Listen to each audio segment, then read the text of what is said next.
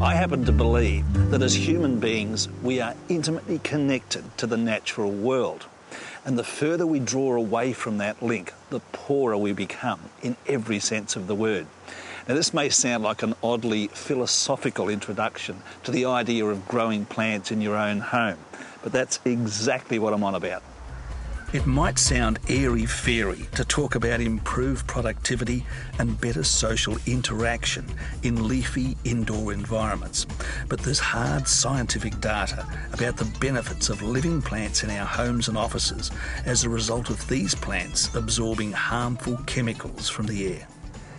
Now, no one wants to be tied to an unending regime of work to keep these green things alive. So how do you get to enjoy the benefits without the pain? Well, here's a few tips. Choose the right plants. And garden centre folks are a really useful source of information here. Go for colourful plants that you'll really enjoy, such as bromeliads, cyclamen and orchids. Now, these Tuscan edge pots are sleek and they're very light in weight. They're actually also very practical, and that comes from the fact that there's an inbuilt saucer on the inside of the pot. That acts as a reservoir, and it means that every time you give your plants a drink, it lasts longer. If you need to pot up your new plants, don't mess with the cheap and nasty mixes. The bottom line is they don't work.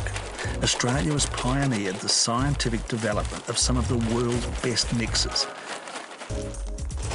Now, the potting process, absolutely dead easy. Just pour it straight out of the bag into the mix. Now, this top of the wazza mix contains a wetting agent so that you get distribution of moisture right through the root zone. It's got water crystals to keep that moisture in there for a long time. And of course, there's short and long-term fertilisers. And this mix drains brilliantly. Existing plants can be drought-proofed by adding these amazing crystals. Add them to water and they swell up many times their original size.